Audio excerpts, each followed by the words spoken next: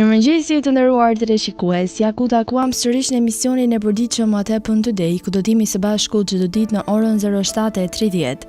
Data sot shënon 6 nëntor dhe ne kemi përgatitur disa informacione me ngjarjet më të rëndësishme të ditës, të cilat ju ftoj që t'i ndiqni.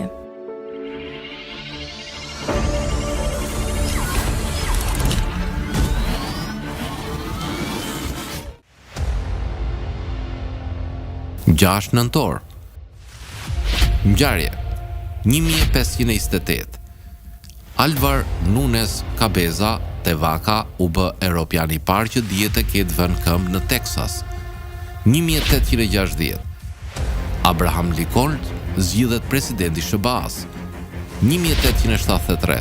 U themelua Halifax Rugby Ligu e Football Club. 1928. Herbert Hoover zgjidhet presidenti SBA-s. 1947. Meet the Press debuton në televizion, kurse me 12 shtator të vitit 1948 fillon emetimin javor. 1957. Felix Galard zgjidhet kryeministër I Francës. Lindje 1661. Lindi Karli II I Spanjës, sunduesi I fundit Habsburg I Spanjës. 1753. Lindi Mihail Kozlovski, skulptor rus. 1861. Lindi James Naismith, kanadezo-amerikan shpikës I bejsbollit. 1863. Lindi Francis Eliud Abbott, filozof amerikan. 1880. Lindi Yoshisuke Ayaba, sipërmarrës dhe politikan japonez, themelues I kompanisë Nissan. 1880. Lindi Robert Musil, letrar austriak. 1883. Lindi Nasta Rojc, piktore kroate. 1922. Lindi Franjo Mesaros, tipograf kroat. Vdekje 1893. Vdiq Piotr Çajkovski, kompozitor rus.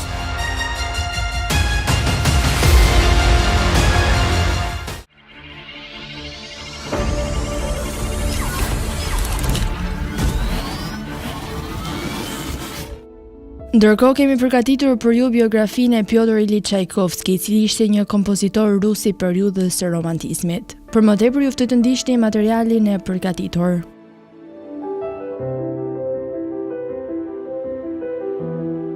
Piotr Çajkovski lindi më 7 maj 1840, vdiq më 6 nëntor 1893. Ishte një kompozitor I madh rus I erës romantike si dhe dirigjent dhe pedagog. Muzika ti njihet dhe pëlqejet për karakterin e theksuar rus, si dhe për harmoninë e pasur me melodinë energjike. Veprat e tij kanë një frymëzim më perëndimor se bashkosit e tij. Ato mishërojnë elemente ndërkombëtare të gërshetuara me meloditë popullore kombëtare. Çajkovski jetoi dhe krijoi në të njëjtën periudhë kur jetuan dhe krijuan veprat e tyre, grupi të pestëve, por orientimi ideo-estetik I këtij kompozitori dallohet nga programi ideor I grupit të fuqishëm. Çajkovski mbështet krijimtarinë e tij në traditat e klasikëve dhe të romantikëve të Europës perëndimore e në radhë të parë të kompozitorëve gjerman e francez. Kompozimet: balet, liqeni I mjellmave, bukuroshja fjetur, Arthusi, opera lirike, Eugen Onegini, si dhe shumë simfoni.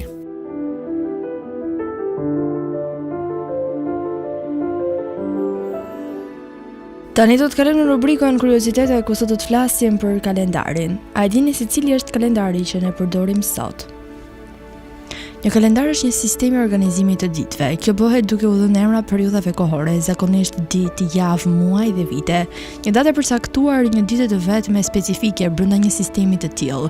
Një kalendar është gjithashtu një regjistrim fizik I një sistemi të tillë. Një kalendar mund të nënkuptojë gjithashtu një listë ngjarjeve të planifikuara, të tilla as një kalendar gjyqësor ose një listë pjesërisht ose plotësisht kronologjike e dokumenteve, siç është një kalendar testamentesh. Periudhat në një kalendar, të tilla si vitet dhe muajt, zakonisht, por jo domosdoshmërisht sinkronizohen me ciklin e diellit ose të hënës. Lloji më I zakonshëm I kalendarit paramodern ishte kalendari hënor. Një kalendar hënor her pas here shton një muaj ndërkalues për të qëndruar I sinkronizuar me vitin diellor për një afat të gjatë. Rruga e diellit dhe hënës janë ngjarjet natyrore më të spikatura të përsëritura rregullisht të dobishme për matin e kohës. Kështu që në shoqërinë paramoderne në mbar botën, hënimi dhe viti përdoreshin më së shpeshti si njësi kohore.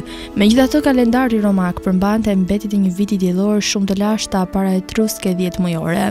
Kalendarët e parë fizik të regjistruar të varur nga zhvillimi i shkrimit në lindjen e lashtë afërt janë kalendarët egjiptian dhe sumerian të epokës së bronzit. India vedike filloi një metodologji të sofistikuar të mbajtjes së kohës dhe kalendarit për ritualet vedike.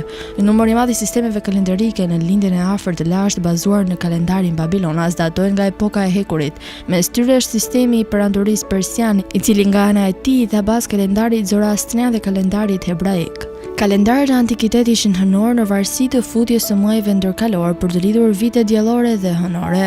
Kjo bazohej kryesisht në vëzhgim për mundje të pasur përpjekje të hershme për të modeluar modelin e ndërthurjes në mënyrë algoritmike, siç dëshmohet në kalendarin e fragmentuar të shekullit të dytë.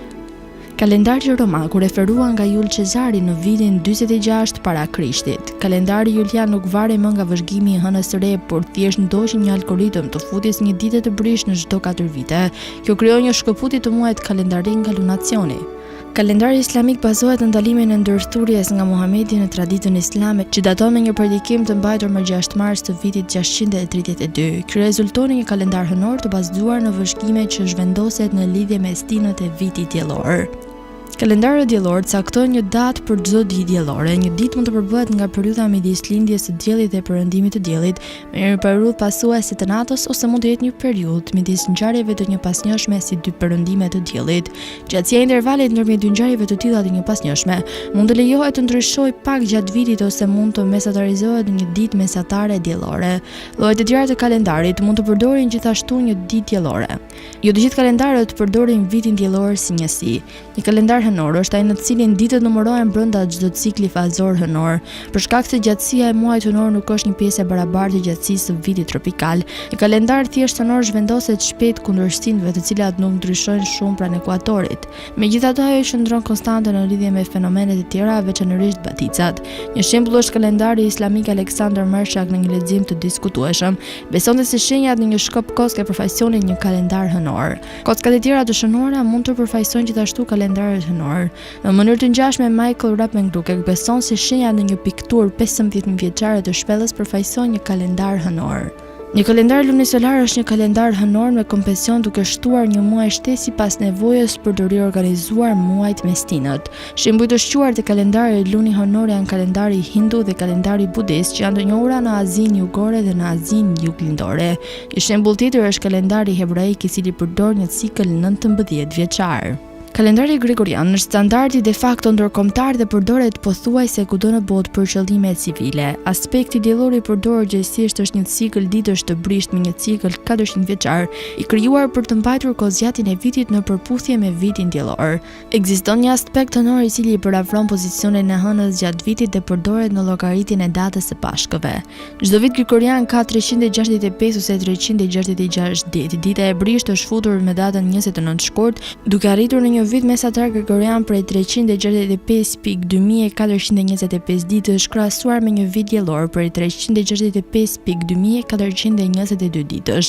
Ajo u prezantua në 1582 si një përsosje e kalendarit julian, i cili kishte qenë në përdorim gjatë mesjetës europiane, duke arritur me një korrigjim 0.002% në gjatësinë e vitit. Megjithatë, gjatë periudhës së hershme moderne miratimi i tij ishte kryesisht i kufizuar në kombet katolike moderne, por nga shekulli 19 ajo miratuar gjerësisht në mbar botën për hir të lehtësisë në tregtinë ndërkombëtare. Vendi i fundit evropian që miratoi reformën ishte Greqia në vitin 1923. Epoka kalendarike e përdorur nga kalendari gregorian është trashëguar nga konventa mesjetare e vendosur nga Dinosos Egus dhe e lidhur me kalendarin julian. Numri i vitit jepet në mënyra të ndryshme, si AD për Anno Domini dhe CE për epokën e përbashkët ose epokën e krishterë. Tani u ftoj të ndiqni parashikimin e motit në territorin shqiptar për ditën e hënë. Territori shqiptar për ditën e hënë parashikohet të përshkohet nga një moti i paqëndrueshëm, me vranësira dhe rreshje shiu që do të përshkojnë të gjithë territorin. Sipas parashikimeve, temperatura minimale do të jetë 7 gradë Celsius, ndërsa temperatura maksimale parashikohet të jetë 21 gradë Celsius.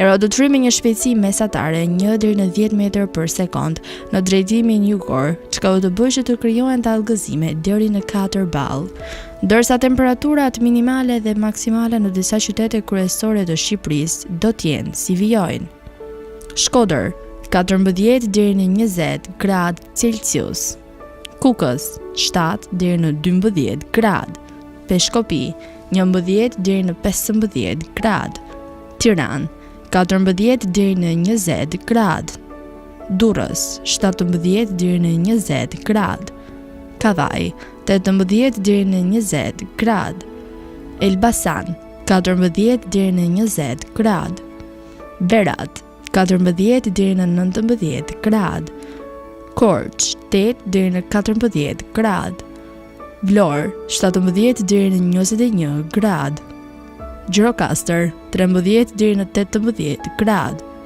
Starand 15 deri në 19 gradë Celsius. Tani uftë të ndiqni parashikimin e motit në territorin e Kosovës për ditën e hënë. Territori i Kosovës për ditën e hënë parashikohet të përshkohet nga një mot i qëndrueshëm, me vranësira dhe rrezë dielli që do të përshkojnë të gjithë territorin. Sipas parashikimeve, temperatura minimale do të jetë 7 gradë Celsius, ndërsa temperatura maksimale parashikohet të jetë 19 gradë Celsius. Era do të fryjë në drejtimin juglindor me një shpejtësi mesatare 1 deri në 4 metër për sekond, ndërsa temperaturat minimale dhe maksimale në disa qytete kryesore të Kosovës do të jenë si vijojnë: Mitrovic 11 deri në 17 gradë Celsius, Podujev 7 deri në 17 gradë, Skënderaj 9 deri në 17 gradë, Pej 9 deri në 17 gradë, Prishtinë 11 deri në 18 gradë, Gjakov 10 deri në 18 gradë, Malishev 9 deri në 18 gradë, Gjilan 10 deri në 18 gradë, Ferizaj 8 deri në 19 gradë, Kaçanik 10 deri në 18 gradë, Prizren 8 deri në 18 gradë Celsius. Të nderuar teleshikues, kjo ishte gjithçka e përgatitur për emisionin e sotëm. Bashkë do të takohemi sërish nesër po në të njëjtën orë. Ndërkohë ju ftoj të ndiqni programacionin në Vim të Drita Televizion, si dhe mos harroni të na ndiqni në rrjetet tona sociale, TikTok, Instagram, Twitter dhe Facebook, si dhe në websajtin ton drita.tv.